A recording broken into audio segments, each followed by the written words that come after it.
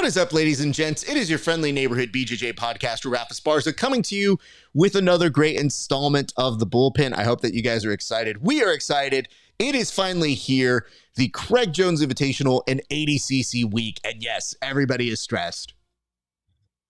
Bless us. I don't know that we're like super stressed. I think we're regular people stressed. But if you see the stories of both Craig Jones and like Mo, like, yikes, check their blood pressure. I just want to say this.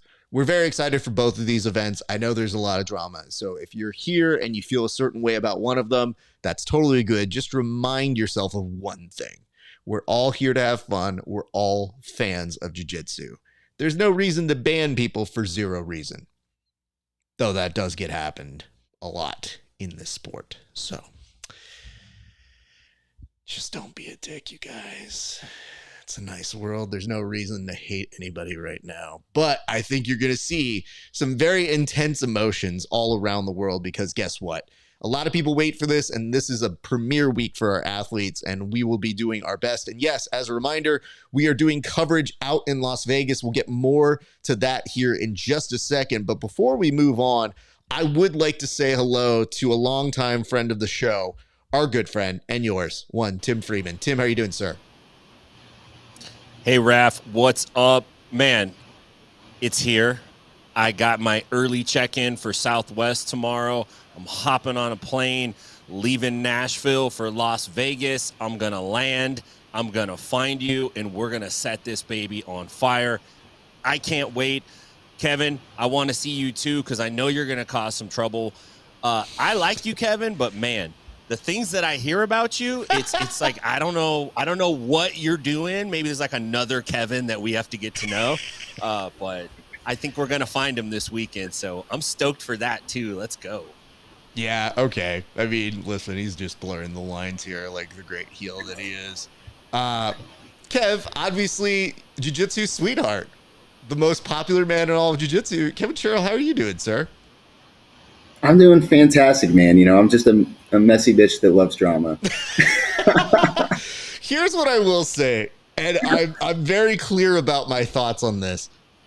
I do think you're a good candidate if we ever do a Real Housewives kind of spinoff for the sport. Like, you're just one of the characters in my wife's show that she would watch and be like, Kevin, I mean, he's dangerous. I don't know about him. Like, she would say something like that, I'm sure, about you in a certain way. Oh my God, you're going to be one of the Vanderpump Rules. That's exactly what we're going to do with you. Genius marketing here. You know, Kev, you're new to the group. You've been on the other side as an athlete. What are you most looking forward to in terms of being on the media coverage side? Because I got to tell you, if you thought being an athlete goes without its due, wait until you see the glory that is working as a media member. Yeah, honestly, I've like joked around with the media members when I've been on these shows, been on PGF, and everybody's always like, "Oh man, I know this is a crazy week for you." And I looked at you at the time, and I was like, "Bro, I work 18 minutes a day. Like, I don't envy your job." And here I am. This is succeeding downward. You know, I'm gonna go put way more work in for way less praise. It should be a great time. I'm glad you make see tons of friends. Yeah. Well, I hope you do make tons of friends because I've heard to the otherwise. And listen, I will tell you this. Some people won't put hands on you, but if you screw up enough on my show, I might. And I don't know what happens because I think what happens is you get to a certain delirium point around day 2. Like, day 1's great. Everybody's in a good mood. Day 2 is fine. But since we'll be on air close to 12 hours that day, and there's also an Israel Adesanya fight, and there's also all this drama going on and all the ambitious things that we're going to do, I don't know exactly where my brain's going to be at. So I apologize in advance for anything I may or may not do. But Wallow J says, hello, fellas. Aged says 18 minutes a day when he's not taking spa days, which, fair. You know, vacation days, man. You get vacation days. Vacation days. You know, the best part is you are one of the people to understand the concept of leaning into something where somebody's like, yeah, you suck. And you go, okay, go for it. And you just kind of do that well. And I think that's one of the admirable traits that you have that most people who complain about people on the internet do not have. All right, gents, we are going to be in Vegas. Very stoked for that one. Before we even get to the board, I want you guys to right now tell me one thing that you are very excited about for the weekend. Now, you know what the board topics are. They're different than this. But what is one thing, Tim, that you were excited for this weekend? I'm excited to get into that crowd and feel the energy at both arenas. I'm very interested in how the crowd feels at CGI. It's CJI based on like I'm in my brain. I just think they're going to be excited and happy. And is ADCC going to be like tense or serious, or will it have the same vibe? I'm really curious, and I can't wait to sort that one out. Beautiful. And Kevin?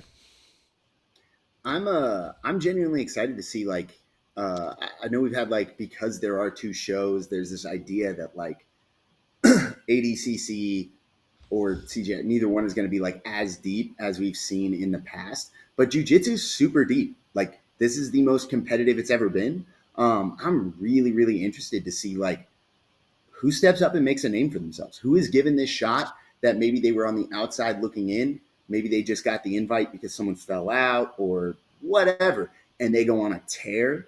They medal. They make a name for themselves. I think it would be a poetic and ironic twist if Craig Jones, who made his name beating Leandro Lo, was known before, obviously, but made his name beating Leandro Lo and put himself on the map at ADCC, turned around, created CJI, caused a whole bunch of ruckus, and let somebody in and let them do that for themselves.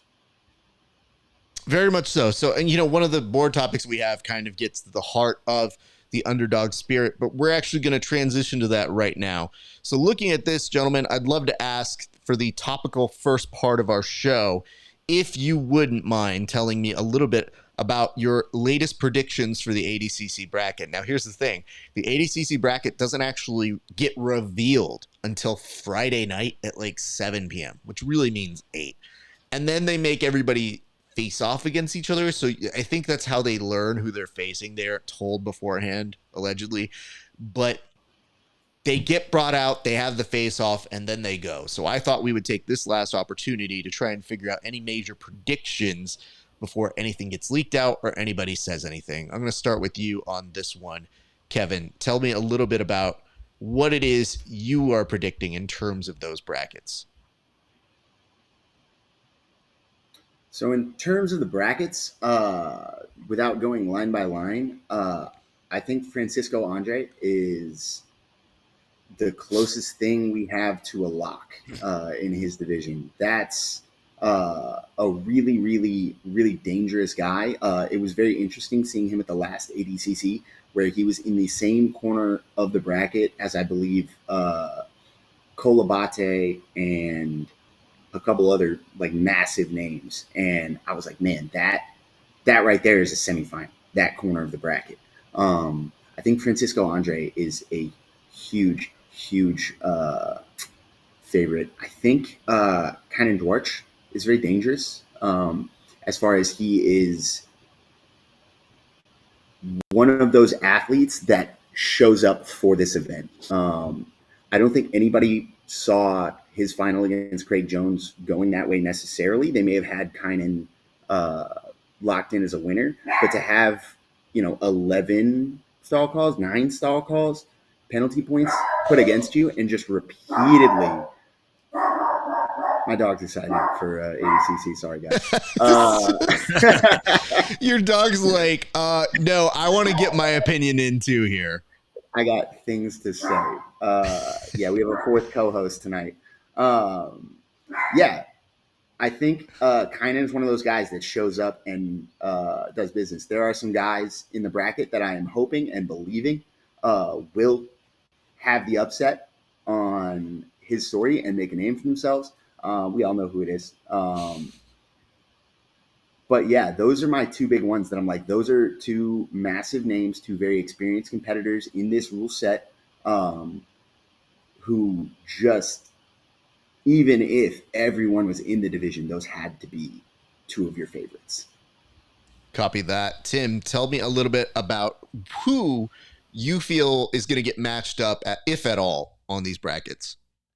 Was that Nicholas Maragali barking when you were calling for Kanan to best him? Maragali's already posted his thank you speech for winning double gold at ADCC, so he's running deep. For that bracket, it's kind of hard to pick against him right now. Like he's on a serious run, but there is some talent in that bracket in Juore. There's also your boy Paul Ardea, right? I think he's competing in that as well. So I think he is, right? So yeah, there's some guys in that division who definitely could best Maragali, but I think right now that division's Maragali's to lose. Under 88 kilogram, I think Bodini's the favorite coming into it, but Ryan Aiken is kind of flying under the radar a little bit. He's kind of been listed as like a dark horse. I think he has a real good chance of making the finals this year, and I'm looking for him to maybe pull off a major upset, which would be pretty cool to see. He's been pretty active in all the formats, and he's doing pretty damn well, so I think he has a strong chance there, especially coming in with a great coach like Sean Applegate, who I think is not, I mean, he's on the radar, but he's kind of overlooked a little bit. I think Ryan's going to come in with a strong game plan and do really well. Outside of that, under 66 kilograms, I think Diogo is still the favorite there. I think Diego Pato has a chance to best him, but who knows, right? That's going to have to play out, but that's a pretty stacked division. Under 77 kilogram has a couple guys that I don't think we thought were going to be in this. One is Gary Tonin and the other's PJ Barch, both guys that didn't, initially they weren't on these rosters. We know that Mika's the favorite. We also know that a lot of dudes dropped out of this division and ended up in CJI. And I don't know if that's going to impact Mika's, excitement and his ability to really get up for this. I think there were some guys that he really wanted to get rematches with that he's not going to have that chance now. And, I don't know if that will impact his performance or not. But for sure, Tonin is a guy that's super hard to pick against. I know he's been doing a lot of MMA, but that does not mean that his no-gi grappling is suffering per se. And then PJ Barch is a perennial elite level dude. We saw him at the PGF. He got tons of experience going up against those guys all, in a matter of 4 or 5 days. And I think that's going to sharpen him even more. So that's a pretty tricky division to call. I think, Mika's probably the favorite, but I wouldn't be surprised if there's an upset there either. I'm actually I feel like I've been too pumped for CJI and I'm looking at the ADCC brackets going like, this is going to be pretty damn good as well. So overall, it's going to be a great weekend. I mean, everybody's going to have time to shine. It's just been in this sense of, I think everybody's been trying to say the momentum is with Craig Jones Invitational. The ticket sales are still with ADCC because Gordon has been very clear about reminding people, oh, look at these ticket sales. They're not sold out. And yet at the same point, neither is ADCC. ADCC still has tickets to walk up available. So I love when people start arguing about ratings or ticket sales when they themselves don't have the full grasp of it. Because the other thing that's missing from this is, have you seen anybody successfully sell ADCC tickets? I sure as hell haven't. No, and it's all over. I've said it before on the show. I think we maxed out everybody's credit cards. It's a lot of money to come in. I know people are bitching, but you can get good seats for Craig Jones Invitational for a fairly decent price. It's just, do you want to pay for that after you have already paid so much money for ADCC tickets? But I have seen people just short of begging, like, please take these off me. Just for the love of God. And I think I saw somebody get reposted that said, we have to get rid of these. And I go, it's a tough world, my guy. I don't know that we're going to be able to do that. It's like dumping a timeshare. You can't give it away. But it's like you go up to people and you're just like, hey, you listen, bitch, you want to go to ADCC. you come here right now. You take these tickets off me. So I think both events are going to do just fine. I think neither of them necessarily going to sell out, but I am intrigued to see the crossover that happens between people who go to both. I think that day, that Saturday, is going to be a very telling day in our sport as to where people go, because maybe it's a little empty the day one of Craig Jones Invitational, but maybe they build up. Maybe it's the true underdog 90s slow clap moment in a movie where everybody shows up, because they did pick a start time that makes it so that you could go see the majority of ADCC's day one of competition. So just saying, it's not out of the question here that either of them is really either home free, sells out, or even looks embarrassing, because let's face it, we used to be in really awkward gymnasiums with Tai Chi halftime shows. So we've made some improvements. All right, gents, let's go to our next topic right now. And while we are still on the topic of Craig Jones Invitational, there is one thing that I think was bugging Tim in the back of his mind. So when he presented this to me and said, I'd like to do this for the topic, I said, I really wasn't thinking about this, but I'll entertain it. Will anyone go over the pit? Now, this begs a true WWE-esque over-the-top rope sort of element to the proceedings that I wasn't thinking about. But everybody's wondering about all the cool shit you do off the pit, back into the pit. Nobody's talking about if they fall out, like they just dump out of the pit. So I'll start with you, Kevin. Do you have any concerns that people are just going to like fold out like laundry out of the dryer to the outside of the pit regions? Concerns? No. Am I excited for when it happens? Yes. I think it's going to be a fantastic time. I'm not concerned. Everybody here's an adult. I am a little worried, I guess, for whoever's sitting on the other side of the wall, because I've actually I've had my mom sit mat side before at a Fight to Win event when Tex Johnson and Hulk Barbosa went off the stage and landed on the table with my mom while I was in the corner for Tex. And I had a split moment where I went, Mom, no. So I may have some PTS triggers that come in. I think it's almost certainly going to be Pat Downey and Luke Rockhold. I think if you're going to take somebody out of the pit, I think it's got to be with intention. I think if Andy Varela makes it out of the first round versus Joseph Chen, who Joseph doesn't seem like Andy may try to take him out the pit. Joseph seems like he'd make some moves to make that not happen. He's pretty aware. He's pretty savvy. He's willing to pull guard. I don't see Pat Downey and Luke Rockhold. I see them as being the type of guys to butt heads and be willing to kind of try and sling each other around a bit. So I think that's where that goes.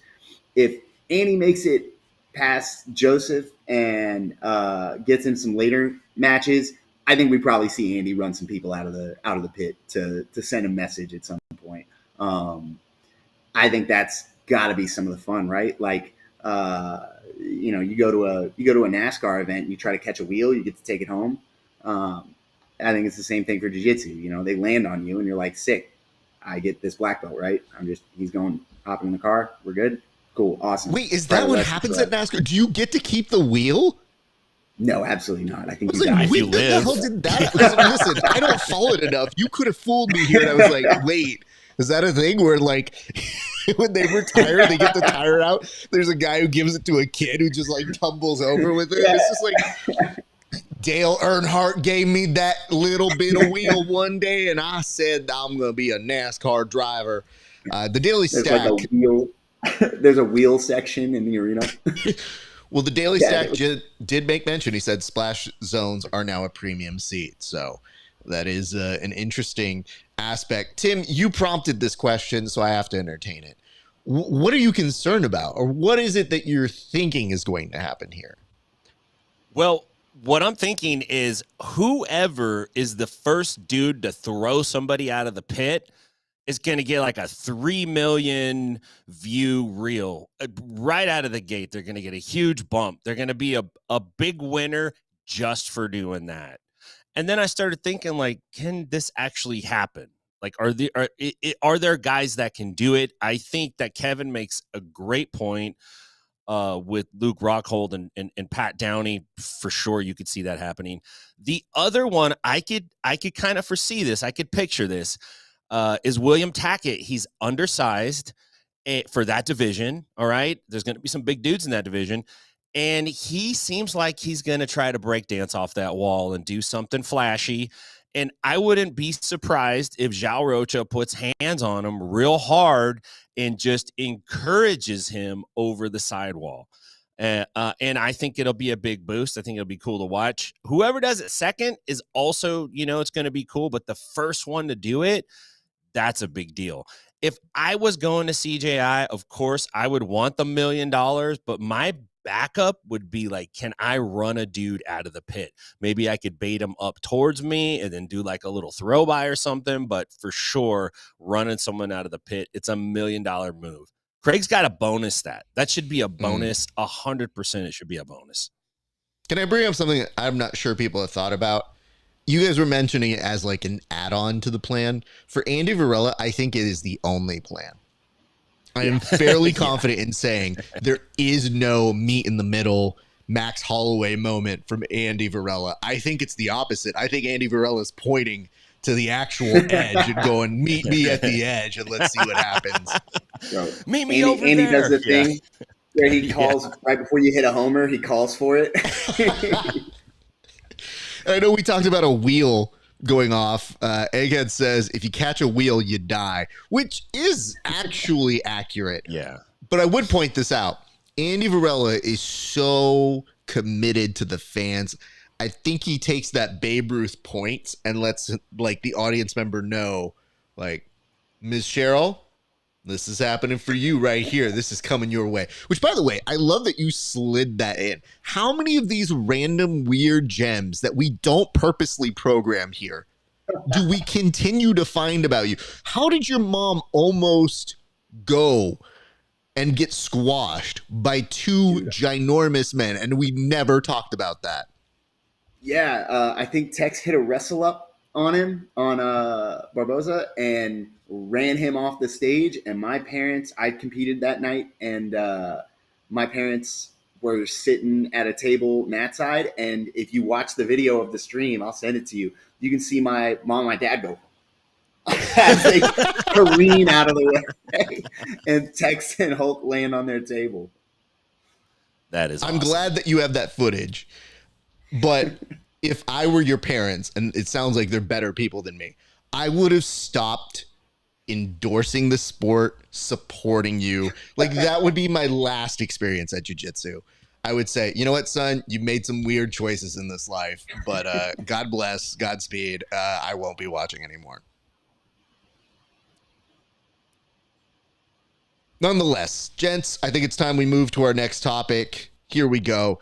We touched upon this a little bit earlier with underdog mentality. Kevin was saying, if you want it, you can get it. If you are part of those individuals, those 132 odd athletes that have been selected to compete over this weekend. But it begs the question, who is going to have their biggest day? What underdog will have their day? I'm going to start with you, Tim. Tim, what underdogs do we need to be on the look for?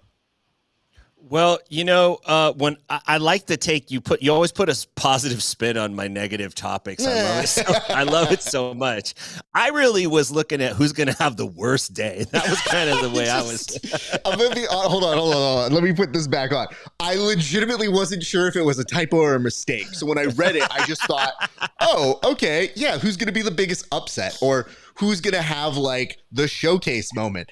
I just read it a certain way. I didn't purposely do it. Instead, you're telling me like, no, Ref, you read that entirely wrong. I'm trying to say, who's going to have the no good, shittiest, worst day of their lives? Well, Tim, take it away. Time is yours.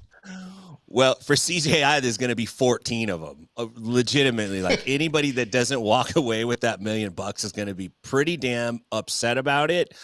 especially if they do poorly, because they might not get another chance at it again. I'm sure next year the amount of folks interested is probably going to be triple what was after it this time. So, I expect that. I think that there's a chance that either of the Rotullo brothers, I think they're coming in as favorites. I think there's a chance, if you look at their paths in the brackets and some of the dudes they have to face, I think there's a chance that either one of those guys could be upset. I know they're coming in pretty high level and they're both on a run, but I wouldn't be surprised if that happened. I don't expect it to, but I wouldn't be surprised. The other thing I was also looking at, and this is who's just going to be upset, is the Des Moines Submission Challenge that's taking place on August 17th. It's like, why would you book your show to take place on the biggest weekend of all the things that happen in jiu-jitsu?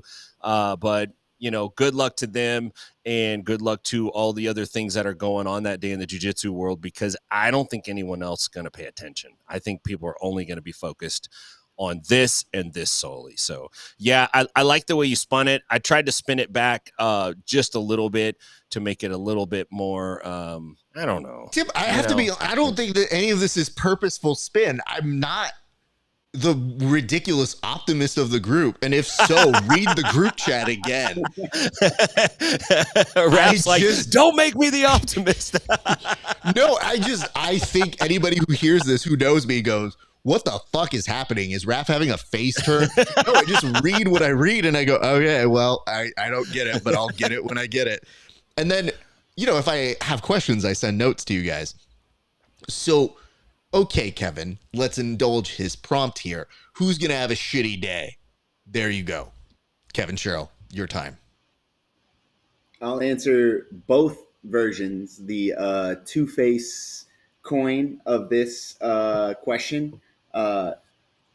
Who stands to gain, to have their Cinderella moment, to come up in the biggest way if you look at their path? I think there's a lot of potential. Obviously, we haven't seen the ADCC brackets yet. I think there's a lot of potential for Andrew Tackett, Nicky Ryan's first round matchup, to have a Cinderella story and be a millionaire by the end of this. I think it's a long shot that he wins the tournament overall. No disrespect to Andrew Tackett at all. It's a tough bracket. I think betting on any one person is pretty rough. I think it's a long shot. And the flip side of that is Nicky Ryan is going to be mad as hell if he is going to be the most upset person if he ends up being the first stepping stone in that story. Yeah, as far as the ADCC side, anybody that sets foot across from the homie Paul, MF, and Ardea is going to be very upset as he tears through this division. Well, I saw that your mom put something in the chat, by the way, that basically read... No way. Yep, she's watching. She's a big fan. I enjoy her. She's very supportive. And you know what's weird is like, I get the mom support from her that I think you get, because she's like, good story, babe. You're doing it. And I'm always like, look at this, is so nice. I'm so used to being like, we put up something where the female boxer is suing and people are like, that man needs to take a seat. And you go, gee, I don't want to do any of this. Okay. So to get someone that's just like, yay, that was funny, is like, oh, this is good. But she said, mom in danger, taking risks. So yes, very much so. The commitment cannot be questioned here. And it says low life, Tim's no spin zone, which kind of, I mean, if you ever watch my interviews, I'm definitely no spin zone, and I have tickets to both. He also adds, so very excited to see that. And gents, we have to press on. We are short on time for Tim, so we're going to get through as much as we can while we still have him here. But I think I'm hanging, dude. Let's go. All right. Well, this is a critical part of our show, which is there any advice that we can give the individuals who are going to be attending the events this weekend? Because nobody thinks about the people attending. Everybody wants advice for the competitors. Fuck the competitors. They're fine. They know. Go out, submit, guy. Don't get submitted. Pretty easy. But the audience members, that's a tough gig. I think it's time that we look at ways that we can help the audience to have the best experience possible. Tim, why don't you tell us some advice for those audience members attending this weekend? Yes, 100%. Number one, don't take rides from any strangers who are offering to take you between events. Be careful. Number two, in all seriousness, don't get too wrapped up in CJI versus ADCC, and I'm rooting for CJI to win or CJI to lose or ADCC or whatever. This weekend's really for the athletes. These are the guys that stand to win a lot. Even the ones that don't win $1 million as a whole, this is a gigantic step forward for the athletes. So tune in for them, support those guys. I know that you might not want to support particular promotions or platforms, but this is one of those weekends where I think you should set that aside and actually support them and do what you can, because this is going to be a big push for jiu-jitsu. And the further we push this along, the better the product is going to get. My other advice is, if you're in Las Vegas, it's going to be 105 degrees. So make sure you drink water. If you're going to drink water, add salt electrolytes to it. It's super important for you. And they're also coming on as a sponsor for this weekend's event. Go to saltelectrolytes.com. Use the code INSIDEBJJ15. Save 15%. Stay hydrated, folks. It's dangerous out there. You know, I would be really mad if I said I was angry that you slid in an endorsement, but they are sponsoring us. So I'm actually the most proud producer there is. I didn't even know it was coming. So when I saw it happen, I go, you sly son of a bitch. You can put on 2 more topics if you want this week. That's perfectly fine. Our thanks to Salt. We appreciate you guys for coming on board. And yes, you did mention something here. I'm going to expand on that after Kevin, but Kev, what are your pieces of advice for the audience members who are going to both of these events? All right, I'm going to talk super specifically because I'm going to talk super specifically about how to approach athletes. You guys are going to see a lot of your heroes. You are going to see a lot of athletes who are competing or competed first day, maybe didn't do very well. Only one person per bracket, in all likelihood, is going to be happy. Some of them may, maybe they get bronze. They didn't think they were going to make it. They're pretty happy.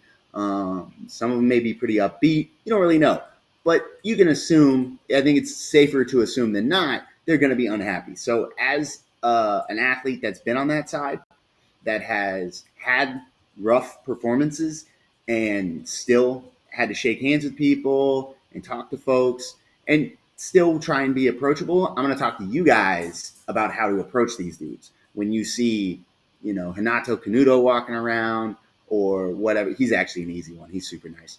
But you see one of these other guys walking around and you want to talk to him, little bit of advice. Simple.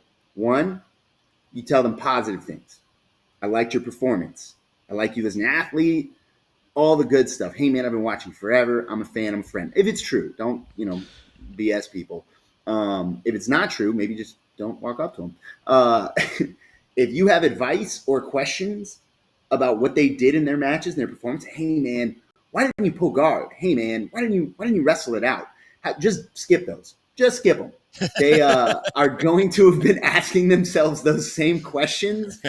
They'll ask themselves those questions for like the rest of their lives. Please don't be the stranger that just echoes that into their ears. Hey man, why did you make better decisions? Why didn't you win? Like, I promise they tried. I promise they had a plan. They did the best they thought they could at the time. Come up to these guys. Tell them how much you appreciate them. Tell them how much you enjoy watching them. You're still a fan. Can't wait to see what they do next, et cetera, et cetera, et cetera. That is appreciated by all but the biggest divas. That is really appreciated. When you're like all these high pressure situations, you're looking back and you're going, man, I can't believe he swept me. A dumb little thing. Oh man, I tapped to that thing early. I think I could have got out. And you're sitting there feeling like an idiot. It means the world to some of these guys. If you walk up to them and tell them, hey dude, genuinely, hey, you did awesome. It was really cool watching you. Can't wait to see what you do next, man. You're great. There's your, maybe take it all with a grain of salt if you're reading Kevin Sherrill's How to Make Friends and Influence People, but that's my guide. Thank you very much, Kevin. What a heartwarming moment. All right, allow me to speak really to all of our audiences. First and foremost, tribalism, have it. I don't care. At this point, support what you love. That's more the issue. Support what you love and enjoy what you love, but don't be a dick. I think that's the bigger issue. Most of you, in trying to support what you love, just argue against the other thing, negating the happiness of the other people. You don't have to go that far. So if you're going to be tribal, just go enjoy Craig Jones. Talk about the nose beers all you want. Kudos to you if you get to the nose beer joke first. It's like the first person that said, I'm Rick James, bitch. So classy, so smart. Number two, I know that Kevin was saying, don't approach the athletes and, don't say mean things to them. No, this is the time to air your grievances. Here's why. They're at a weakened state. They've already been beat. So they're really already mentally defeated, which means you have the best shot you'd ever have against most of these phenomenal athletes. And two, they don't think clearly. So all they're wondering is, why do you hate me? Why don't you love me? And then all you have to do is just say like, well, if you would have wrestled, you would have won. Anyway, I got my popcorn. Good to see you. Bye, everybody. So I'm just saying, yeah, you could listen to what their advice is. Here's the advice from an actual old person. Number one, plan your food accordingly. Do not pay the T-Mobile Arena prices for food. It is going to be too expensive before you go have a healthy snack. And I'm talking like real go, if you're a meat eater, and I hope that you are, go for burgers, go for something with high fat, something that makes you feel like you're not as hungry until later. So that way, when you get a snack, you'll be able to make it through most of the event and you don't have to get that concession food. Tim, in true dad form, said drink water. I'm going to tell you one better than that. If you're an energy drinker, start early with it. If you're not an energy drinker, figure out what your stuff is. If it's caffeine from coffee, if it's caffeine from sodas, just get it in your system. It's a long freaking day. And finally, here's the big one. Tune into our show. Don't watch other shows. Watch our show. There's going to be other watch parties, sure, but they're not going to get interviews. They're not going to do hijinks. They're not going to have fun in the way that we're having fun. And I'm going to be in a suit in the middle of August. I don't think you understand what that means. When I'm in a suit acting as your head anchor for this telecast, I am sweating for you, America, because I love you. And I want you guys to have a great experience. So my advice to you is watch for some more fun antics with us all week long. That's it. All right. Chance, great advice, Raph. Thank you. Thank you. You were the one that came in with the sponsor, so I can't really get mad. Gents, we forge on to this next one, which is, well, listen, next week there's going to be a whole world order change. But the question is, what do we want next? We've been talking about this week for months, for years possibly. What do we want next week? So I'm going to start with you, Kevin. What is it that we need? What is it that we need or that you want come next week when the world has changed? I would like to see that Miata that Craig Jones is giving away. I would love to see what's next. I think let's forget about this competition shit. That's sideshow. The real show is the Miata. I want Craig Jones to not wait to buy Gordon's used cars that he's sold off. He needs to start stealing his possessions and selling them at raffles. That's the way to go. That's the next step. That's the escalation. I don't want him to tell anybody. I want Gordon to be the only person who goes, are those my golf clubs? Those are my golf clubs. And he just goes, these could be someone's golf clubs. I don't know. Found them on the street. Fell off the back of a truck. Plausible deniability. Here we go. I think that's the next step. Start auctioning off suspiciously familiar items from Gordon's personal home. For legal purposes, this is a joke. I don't encourage any law breaking whatsoever. We hear it, the grappling hour in the bullpen. Oh, no. We 100% have no attachment to you right now. This is all you speaking as a private public citizen, sir. I said we're all going to jail together. Listen, you can try whatever you want. I know what my lawyer said, and I know what AI can make you say. So I'm very confident about how my odds look. Thank you for that, Tim. What does your afterlife for this week look like in terms of jiu-jitsu? I mean, I'm looking for a couple of things. One is I'm highly interested to see if the person that wins the money does anything outlandish the very next week. Like if Andy wins, he's going to buy a tiger. You know, he's going to get like a big, giant, exotic cat. You know, he's going to do it. That's what he wanted to do with his PGF money as well. He wants to get a cat, man. You know, I'm looking for stuff like that. I'm also looking for the opposite. I would like to hear what guys say the following week, what they were going to do with the money, but they don't have it, so they're not going to do it.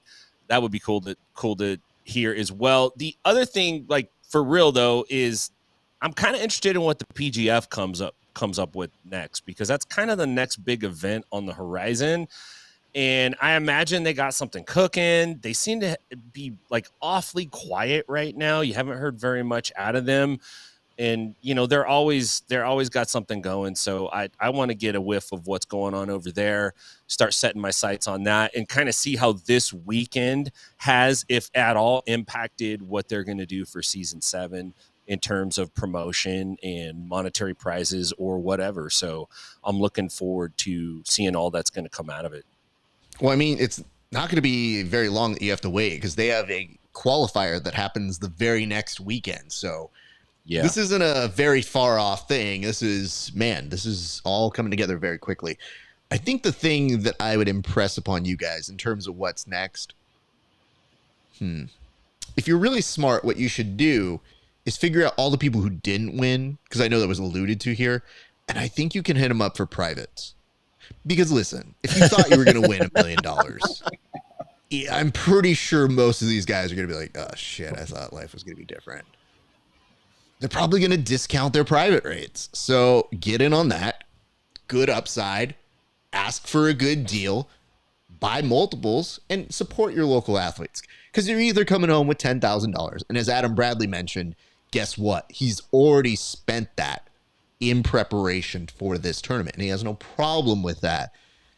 Having said that, not everybody can do that. And if you're at ADCC, you're only going to go like 2,500, which I mean, you know what I'm saying? Like, it'll cover some of your stuff. Probably most of these people's like cycles, if you would be honest. But it's not a ton of money, so hit them up. See what you can do from that. Just again, guys, always thinking. Gents, let's move on to our next topic here. I appreciate that topic. Kevin, this is directed at you because according to Flow Grappling, Atlanta is at war with the world. Why is Atlanta at war with us? And why is everybody so obsessed with civil war that even the headlines are like, yo, you got some beef with Atlanta? We're ready to see you out. Like, why are you guys at war with us right now? What are we missing? First of all, you guys are not special. Atlanta is at war with Atlanta as well. We are all constantly fighting each other. The community out here, I don't care what anybody tells you about, like, oh yeah, it's such a good. We are all hostile as hell. like it is a very competitive environment out here. I think Atlanta and Georgia feel disrespected by the broader community. They are always talking about Austin. They're always talking about LA. They're talking about New York. They're talking about Brazil as these hotbeds of skilled athletes. And at one point, when the ADCC opens were the new hotness, at I think it was 170 and 185, there were two weight classes where 7 of the top 10 guys were from Atlanta. Like, very specifically, we are deeply competitive on a large scale. And I don't think we get the respect and the love and the acknowledgement from the broader community that we feel we deserve. We maybe get it, but I don't know if you guys have ever seen Real Housewives of Atlanta. Not to go back to that, but like people seem to assume that as a reality show, it must be some sort of exaggerated parody of people on the far end of the spectrum. And as somebody who has worked in a Starbucks, I can assure you that is not the case.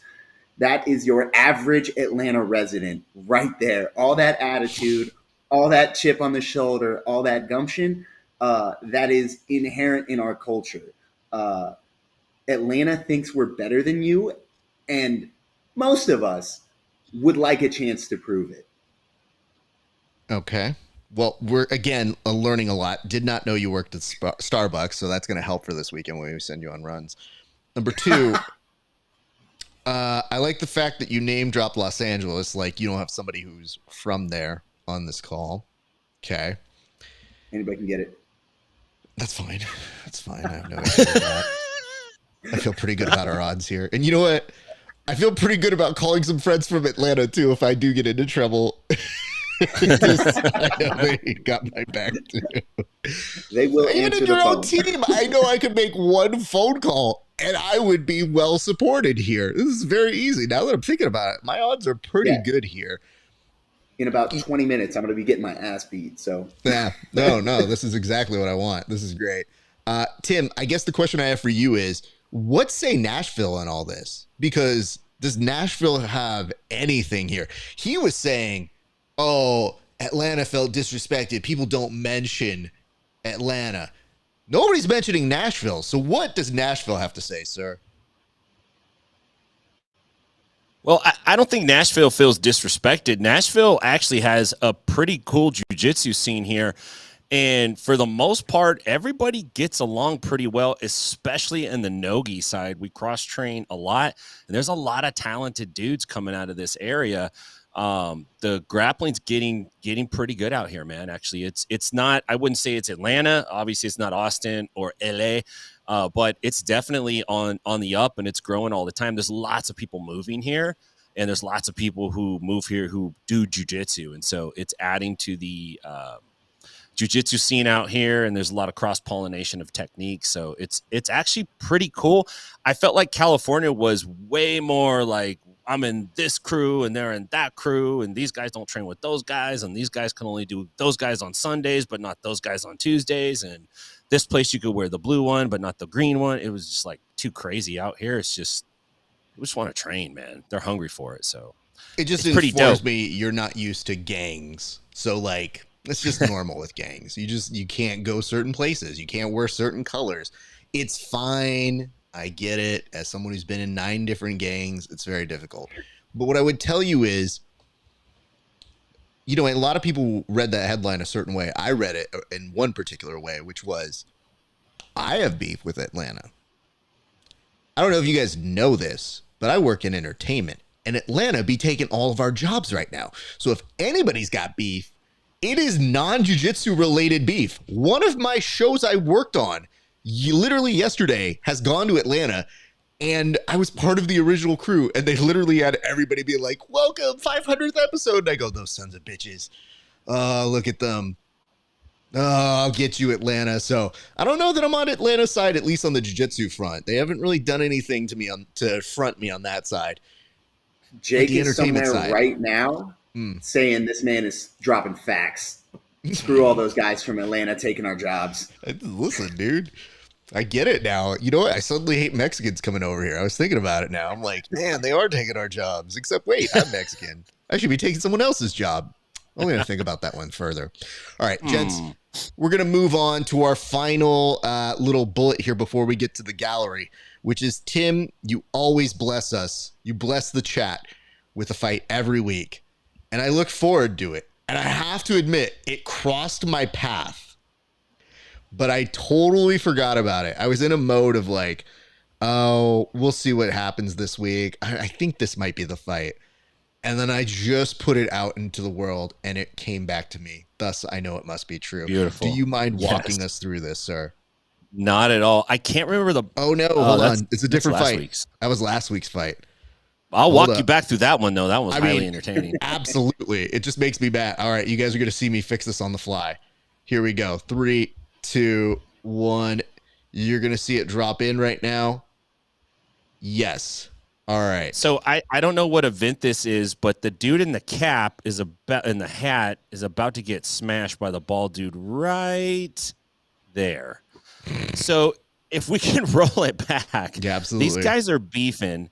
The guy with the hat, his girlfriend's kind of protecting him in the beginning. She's putting her body on him. And she's like, no, don't do it, baby. Now, I want you to look right above Hat Guy's head and look at the two guys in the crowd. The dude with the white T-shirt on goes bananas when this dude gets hit.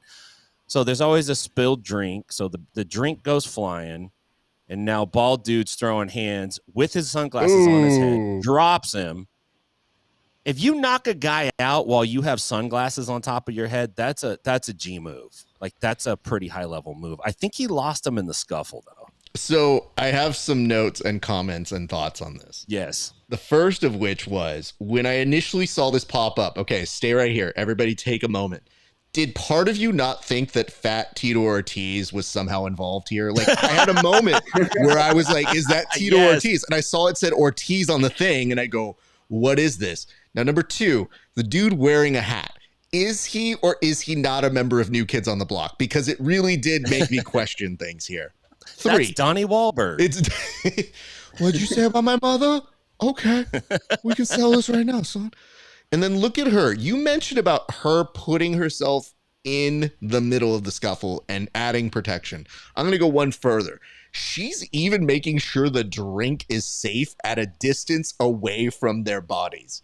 So, like, she's like, no, honey, we paid $26 for this beer. I am not losing it right now. So even as she's getting involved, hands switches it out and then makes it a weapon.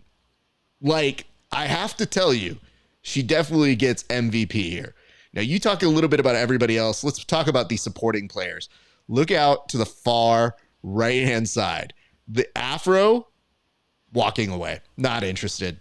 No, sir, let's all walk backwards. I'm not there. So the question I always have about these things is, when you notice that like 12 people have cell phone footage, why is it we always see one? Like, why do I not have Scorsese angles on all this shit? Like, give me angle 3, give me camera 2. It just makes me mad when I go, I want to see the other angles, please. And especially the people who have it on the vertical side, I'm like, the resolution's probably a little better. But if I can get a mix on those and the widescreen, I want all different angles possible, please. Can you humor me and run it back one more time? I just saw something that I want you to look to the far right of the screen. There's a guy with a shirt that says security on it. Yes. Now I want you to watch what he's already out of frame. As soon as the fight starts, the guy with the security shirt backpedals. There he is right there. Watch. The hands go, and he goes, watch. Oh, no. Oh, shit. No. Nope. No. I'm not. Hold on. He never shows up. Instead, the yellow shirt guy, the ticket taker, has to come in. That guy sells hot dogs in between fights. He had to step in and put hands on the bald dude and walk him out while security guy backpedaled to the break room. The weirdest thing, I've never seen a real life Homer Simpson get submerged back in the like that's like ever before in my life. Like that dude said, "Uh-oh, trouble's happening." It's so good. Oh, Kevin, do you have any black belt-esque analysis here? You have been in fights. You probably will be in a fight in the near future. Who knows? Is there any other sort of things that you can bring to our attention on this one? Yeah, let's run this back. Let me do a little color commentary. Yes. He wants it bad at this too. Let's go. All right. Let's talk about this. All right. So when we move back a little bit, let's talk about the misdirection going on here, right? You're going to see the slap. He bypasses a homie with the sunglasses on his head, bypasses the guard and goes straight to the back of the head. I think his beef is not with this gentleman. It's with the hat. He's trying to remove the hat, right? Clearly. Now for a split, there it goes. Hat's gone, mission accomplished. He's ready to walk off into the sunset. That's what it is. I think this is clearly a misunderstanding. This is hats versus sunglasses. That's the game. He said you're wearing the wrong, you are accessorizing incorrectly in my part of town. You didn't check in. This is what happens. You know what the weird part is? And I should have assumed this. I was not ready for the hat knockoff reveal for this dude to be a bald dude. So, like, I didn't know that's what the dude looked like, but he definitely looks like a Hispanic cholo. Like, now that I see it, I'm like, oh, okay. I wasn't sure, gets it knocked off. Hey, Holmes, don't hit me like that, fool. And he basically made it into recess back in the 10th grade, and then it was escorted out. Now, Tim, here's the only thing I'm going to tell you about in the future. Like, I try to do you a solid here, but I can't ignore this part. I love when things cut off. Black screen's not the worst, but in the future, if we could, not include the part, like, I don't know if this is your personal bank. I don't know what this is. It's just phone lock screen. That's just art that I generated with an AI machine on my private time. Okay. It's so funny that, like, I make those mistakes every once in a while where I go, I should cut it off. And I'm always thinking, I'm like, the worst thing somebody's going to see is, like, I was looking at Twitter and this was the joke I left off on. Or, oh shit, they're going to see the technique I was, like, trying to learn from some sort of YouTube. Yeah. Yours was 100% an ad for something else, like another fight ad. And I go, this motherfucker just snuck on a fight ad when we're not making money from that. So don't sneak on extra promotion if you can avoid it. And you know what? I wasn't going to bring it up, but the specific fact that it was a fight that I go, can we just monetize this even more? Because every little bit helps. So, all right, listen, Tim, I want to let you go, but while we have the crew here, before we get to kind of our things, I asked you for what you're excited for. I need you to tell me what you are looking forward to for our coverage this weekend the most. So what is it that you can promise people to expect from our shows this weekend, sir? Well, this is what it is, and this is what I'm expecting, and this is what I think you should expect too. This is going to be the most engagement-based jiu-jitsu coverage that you've seen in real time, covering the absolute biggest jiu-jitsu event in our history in a way that's never been done before. It's not just us talking about it in a room. It's not just one guy out at one spot. It's everybody everywhere, capturing as much as we can, engaging, cross-pollinating ideas, and interacting with the folks that are watching at home. I think it's going to be a truly unique thing. I think this is the first time this has been done this way in the jiu-jitsu world, and I can't wait to be a part of it. It's super special to me, and it's a real honor to be here and do this with you guys. Thank you much for that, Tim. Looking forward to doing another great few days of coverage here. It is going to be a intense weekend, but I will tell you this. Tim alluded to the fact that we're trying to elevate the way that we do interaction. And for me, I like creating atmospheres where people want to party with us and they want to see something that's a little bit more loose. Because if you ever watch those telecasts, I think the worst part about jiu-jitsu telecasts, if you ask any civilian, you go, would you watch this? And they go, I'm bored to death.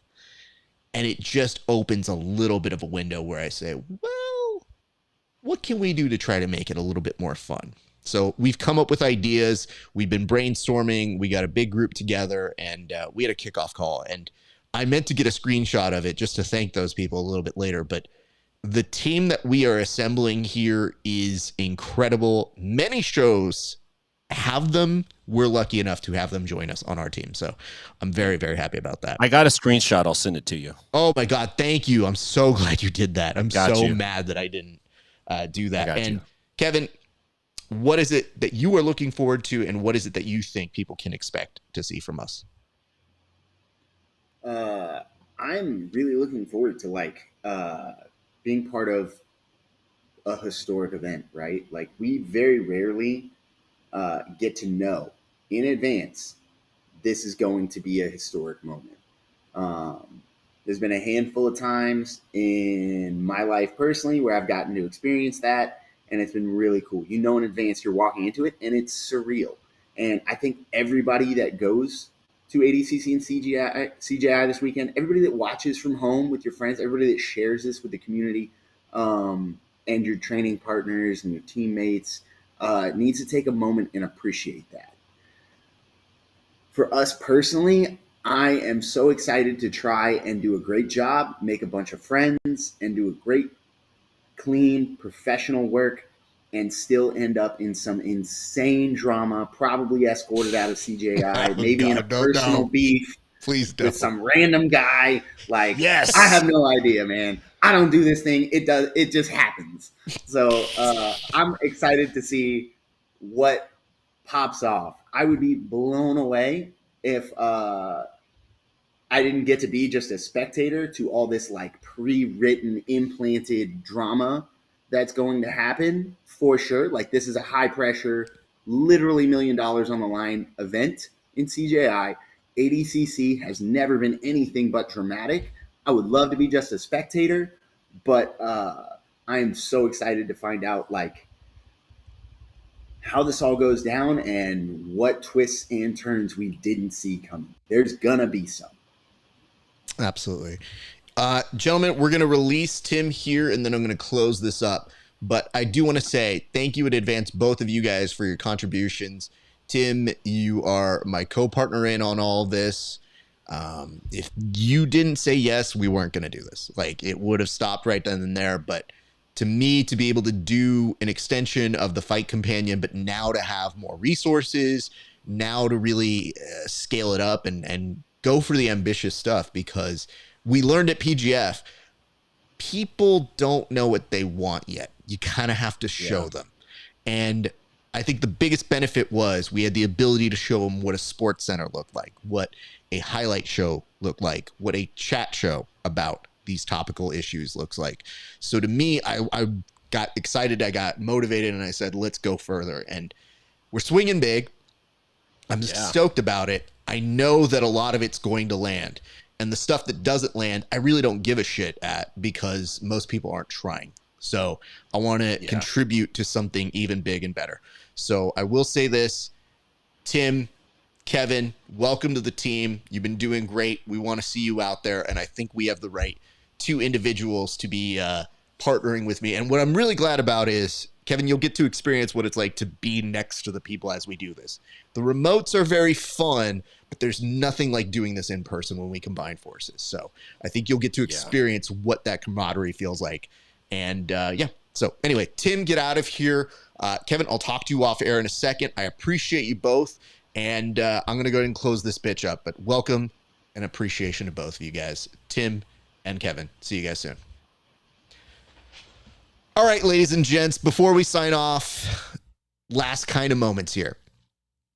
Super stoked to see you guys live from Vegas all weekend long. I kid you not.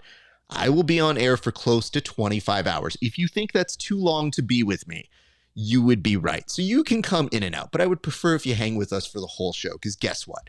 If you listen to the main broadcast, there is no way humanly possible they will have more fun than we are having on our show.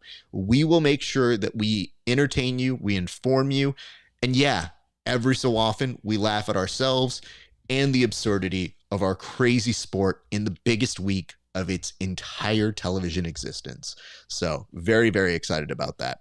And yes, thank you in advance to my team who is coming together, who is dedicating all of their time and their sleep and their everything to make sure that we do something that's a little bit better than has been done before. Last couple reminders, like, comment, and subscribe. It's going to be our lifeblood this week. So if you could, tell a friend, encourage people to watch along, be friends with us, and subscribe to us. If you aren't subscribed to us at Grappling Hour, I'd love it. But you can also subscribe to us at Inside BJJ and support our good friend Tim Freeman and his incredible show and the work that he does there. I can tell you about our Patreon, patreon.com/grappling hour. Yes, that helps. I can tell you about our Apple podcast and our Spotify pages. That's great. That's also very helpful. But I can also tell you this, join our raffle. We have some incredible sponsors, and I'm happy to announce who will be partnering with us for this week. I know that Tim mentioned that Salt is going to be joining us, but I'm so happy to tell you that Future Kimonos is coming in as a sponsor for this show. Not only are they going to be providing us with a few kits, but the majority of the kits that you are going to see for the raffle that you can enter. So if you go to our website, rafesparza.com or grapplinghour.com, and you enter in there for free, we assign you an athlete. If your athlete wins, you win. So that means we're going to be giving out a lot of prizes. And I believe each prize winner is going to get about like $150 worth of credit for a prize package from Future Kimonos. So please win yourself some gear, make it a great time, and go do that thing. We also have our good friends over at Gold BJJ who have been phenomenal. In fact, I already got the package. I was nervous it was going to get here on time, but they have already sent materials for myself, Tim, and Kevin, and we are stoked for it, and we cannot thank them enough for coming in and believing in our vision. So they are a huge part of what we have going on here. And yes, we do have our friends over at Drill Dice who are also going to be providing prizes for some additional features that we are doing this week. So stay tuned for all of that. All right, guys, just so you know, as soon as I hit the credits here for us, that is our week here at the Bullpen. That means we begin the true race. I literally pack up here and I will be in Vegas by late tonight. And then for the next few days, we'll see you all from Vegas. We appreciate the love and support that you give this show, and we cannot wait to show you what we have been working so hard on. So we love you guys. And last note here, it has been a great day for grappling. We'll see you back on the mats.